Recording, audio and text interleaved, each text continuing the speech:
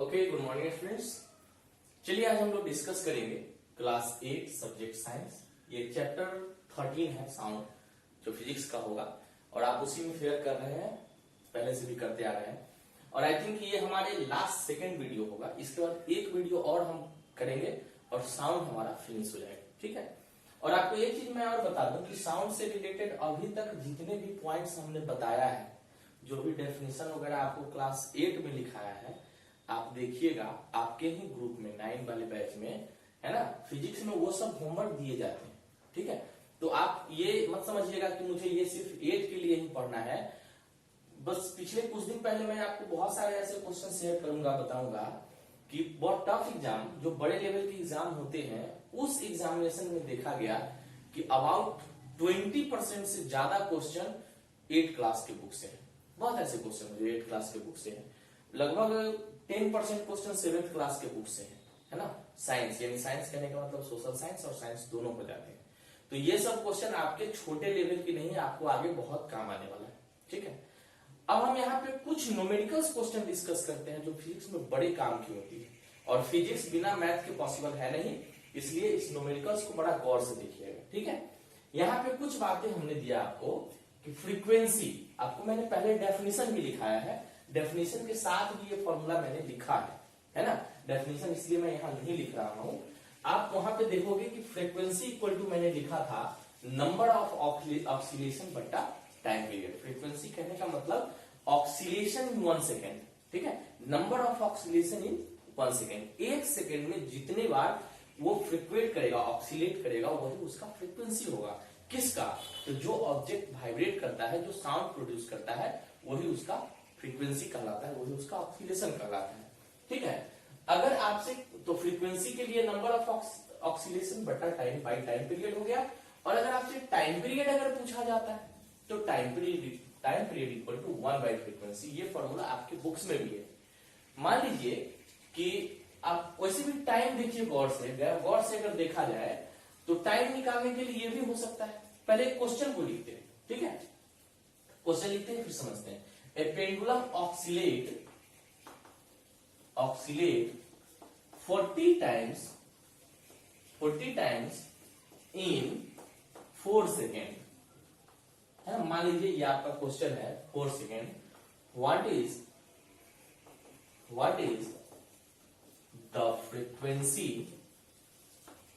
is the frequency and time period? मान लीजिए कि आपका क्वेश्चन मान लीजिए नहीं, क्वेश्चन नंबर 1 आपका है, क्वेश्चन बन ही गया, ठीक है। कहता क्या है कि 40 टाइम्स ऑक्सीलेट किया। ये अगर पेंडुलम है, ये सेंटर से बंधे हुए हैं, तो ये 40 टाइम अगर ऑक्सीलेट किया है कितने देर में? 4 सेकेंड में। 4 सेकेंड में। तो एक ऑक्सीलेशन में कितना समय लगेगा? एक ऑक्सीलेशन में कितना समय लगेगा? तो क्या कहिएगा? टोटल टाइम टेकन, है ना। टोटल टाइम टेकन बट्टा नंबर ऑफ ऑक्सीलेशन, यही तो होगा, है ना। अगर हमारे 40 ऑक्सीलेशन हो रहा है 4 सेकेंड में, तो 1 सेकेंड के लिए कितना टाइम पीरियड लगेगा? तो ये हमारा क्या हुआ? Time period. कितना टाइम पीरियड आप लगा रहे हैं, ठीक है। उस ऑक्सीलेशन में कितना टाइम पीरियड लगा? तो टोटल टाइम आपके पास कितना है? 4 सेकेंड, ठीक है। और नंबर ऑफ ऑक्सीलेशन कितने हैं? 40 है, ठीक है। आप इसको कट करेंगे 10 से, यानी 1 बाई 10, 0.1 सेकेंड। 0.1 सेकेंड का समय आपका एक ऑक्सीलेशन में लगेगा, ठीक है। एक ऑक्सीलेशन में 0.1 सेकेंड। अब आपके सामने ये देखिए, अब आप 2 तरीके से निकाल सकते हैं। अब कहता है कि इसमें फ्रीक्वेंसी भी निकालना था। पहले हम लोग को फ्रीक्वेंसी ही निकालना था, हमने टाइम पीरियड निकाल लिया, चलिए नो प्रॉब्लम। अब हम फ्रीक्वेंसी निकालते हैं। अब देखिए, फ्रीक्वेंसी निकालना है तो आप क्या कर सकते हैं? Number of oscillation by time period. Frequency के लिए number of oscillation by time period क्या करेंगे? फ्रीक्वेंसी के लिए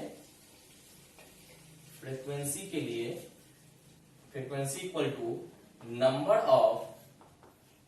of oscillation by time period, ठीक है। नंबर ऑफ ऑक्सीलेशन मेरे पास कितना है, नंबर ऑफ ऑक्सीलेशन मेरे पास 40 है और टाइम पीरियड मेरे पास कितना है 10 सेकेंड है। कट करेंगे क्या आएगा 10 आएगा। ऐसा यूनिट क्या होगा, तो इसका ऐसा यूनिट, फ्रीक्वेंसी का ऐसा यूनिट क्या होता है, हर्ट्ज होता है, ठीक है। ये क्वेश्चन हो गया। एक और क्वेश्चन हम देते हैं इसी आधार पे, ठीक है। अब देखिए इसको मिटा दो, आप दोनों क्वेश्चन को समझ गए। एक ने इसमें दोनों चीज दिया हुआ है, कहता है कि चलिए टाइम पीरियड और फ्रीक्वेंसी निकालिए, ठीक है। ये तो आपने निकाल दिया, कोई दिक्कत। इस आधार पे और भी क्वेश्चन आपके बुक्स में है, उसको बनाइएगा। एक दो क्वेश्चन और हम आपको बना देते हैं, ठीक है। इसको मिटा के अगला क्वेश्चन हम देखते हैं कि अगर ये ऑक्सीलेशन और टाइम पीरियड नहीं देकर के फ्रीक्वेंसी दे दिया है ना, फ्रीक्वेंसी दे दिया और कहता है कि टाइम पीरियड निकालिए, ठीक है, या टाइम दे दिया कहता है फ्रीक्वेंसी निकालिए, ठीक है। Find the frequency of sound wave, okay, sound wave if time period, okay, time period is 0.005 second, 5 second. इतने का अगर दे रहा है ये, अब इसको कैसे निकालिएगा। यहां पे टाइम दिया हुआ है, आपको कहता है फ्रीक्वेंसी निकालिए। देखिए टाइम दिया हुआ है 0.005 सेकेंड, हमको निकालना क्या है, फ्रीक्वेंसी निकालना है, ठीक है। तो फ्रीक्वेंसी के लिए फॉर्मूला हम यहां देखिए, फ्रीक्वेंसी इक्वल टू, देखिए अगर टाइम दिया हुआ है तो ये अप्लाई करेंगे, है ना, और नंबर ऑफ ऑक्सीलेशन और टाइम दिया हुआ है, फिर फ्रीक्वेंसी निकालना है तो ये अप्लाई करेंगे, ठीक है। और भी न्यूमेरिकल्स बनाइएगा तो आपका एकदम बिल्कुल इस पर डिटरमाइन हो जाएंगे। तो F इक्वल टू क्या होगा 1/T। अब 1/T यानी कि 1/0.005, इसको अगर सॉल्व करते हैं तो 1/5 ये कितना हो जाएगा 1000, क्योंकि डेसिमल के बाद कितने डिजिट है 3 डिजिट है, काट दीजिए 200 फ्रीक्वेंसी इसका, यानी 200 हर्ट्ज इसका फ्रीक्वेंसी आएगा, ठीक है। ये क्वेश्चन हो गया। चलिए ये क्वेश्चन नंबर आपका 2 हो गया। एक और क्वेश्चन आप देख लीजिए, एक और क्वेश्चन देख लीजिए, इसको मिटा दूं। चलिए दूसरे नंबर क्वेश्चन को मिटा दिए। आप बुक्स में खोजेंगे और भी न्यूमेरिकल्स आपके पास है, वो बना के आप दे देंगे, होमवर्क आपका, ठीक है।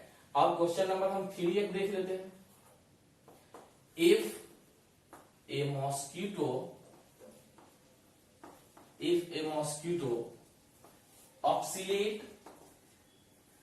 oscillate their wings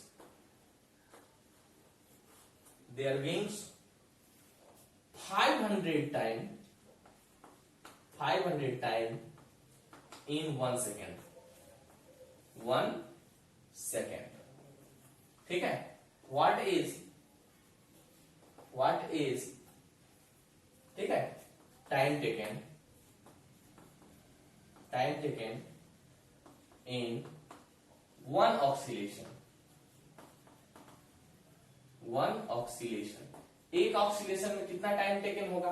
तो यहां पे देखिए 500 है, ये फ्रीक्वेंसी हो गया, टोटल टाइम टेकन बट्टा नंबर ऑफ ऑक्सीलेशन, ठीक है। Total time taken by number of oscillation, तो टोटल टाइम टेकन आपका कितना है 1 सेकेंड, नंबर ऑफ ऑक्सीलेशन कितना है ना, टाइम पीरियड इक्वल टू, ठीक है, टोटल टाइम टेकन आपका 1 सेकेंड, ओके, और नंबर ऑफ ऑक्सीलेशन 500, तो इसको सॉल्व करेंगे 1/500, ठीक है। 1 को डिवाइड कर दीजिए 500 से, डेसिमल डाला नहीं लगेगा, फिर से डालेंगे, फिर नहीं लगेगा, यहाँ पे फिर से डालेंगे, ठीक। यहाँ पे अब देखेंगे, अब दूजा लग जाएगा, यानी 0.002 सेकेंड, ओके, 0.002 सेकेंड। अब ये इसका इस तरीके से और भी बहुत सारे क्वेश्चन बनाए जा सकते हैं, ठीक है।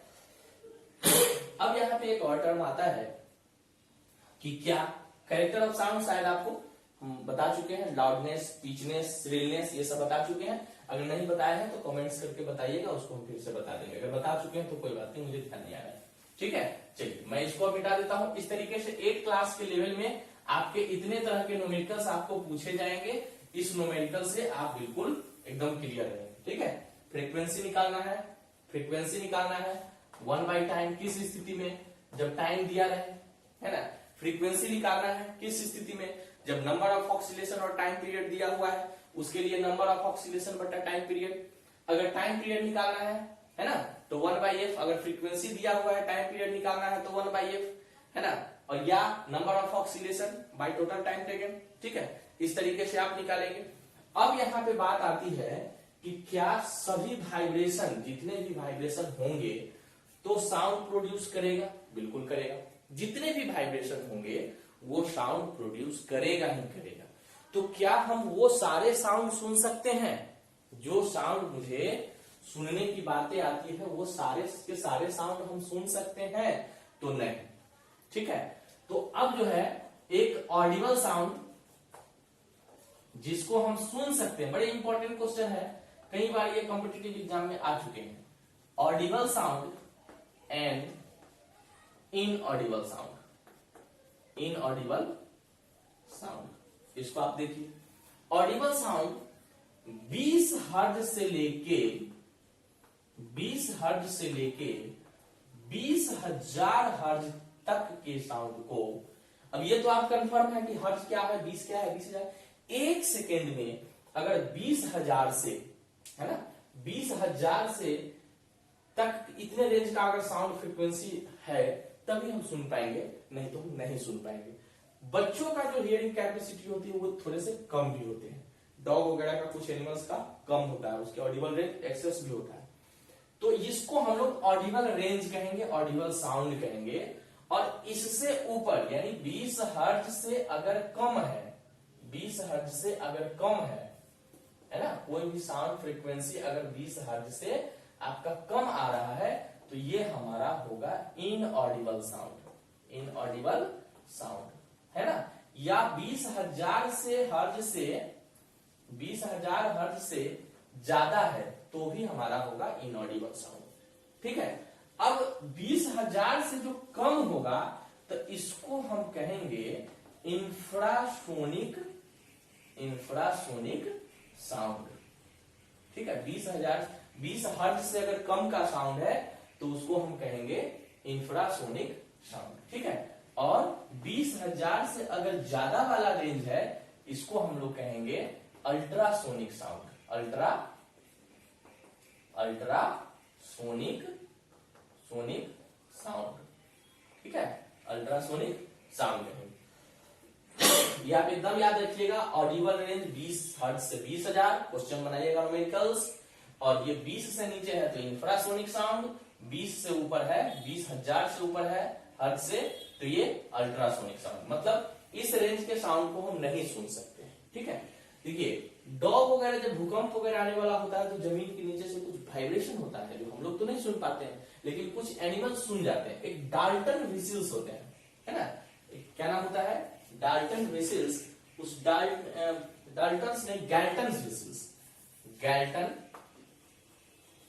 गैल्टन्स व्हिसिल्स, है ना, व्हिसिल्स।